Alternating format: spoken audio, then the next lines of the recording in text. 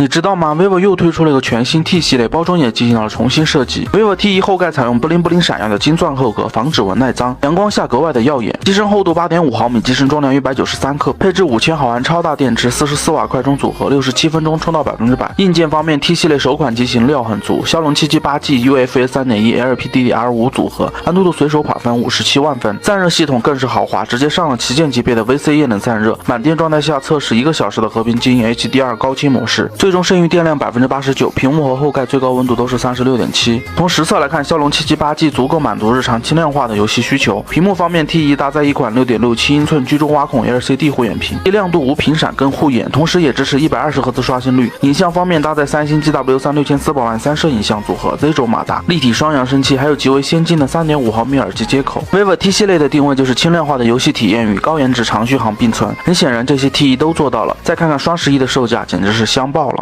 vivo T1 到底有多香？就在最近 ，vivo 大家族再添新系列 vivo T 系列，首款机型也被命名为 vivo T1。从核心配置来看 ，vivo T1 可以说是诚意满满，搭载口碑极佳的6纳米终端神 U 高通骁龙778G，还搭载了这个价位难得一见的 LPDDR5 加 UFS 3.1的储存组合。手机正面搭载了一块6.67英寸的120赫兹高刷原色屏，采用了3.9毫米的小孔径方案，配合 COF 封装工艺，看起来极具视觉冲击力。5000毫安时超大电池，44瓦超快闪充，无论是续航还是快充都给的十足的。情人节送礼选什么 ？vivo T1 绝对值得你闭眼入。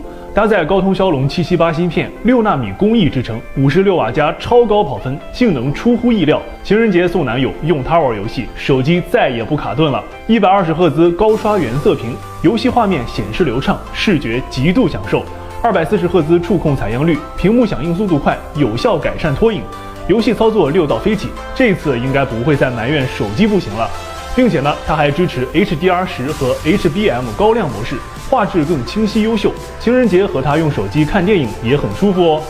全局护眼的加持，强光弱光环境下都能够久看不累眼，为心爱的他带来更好的呵护。vivo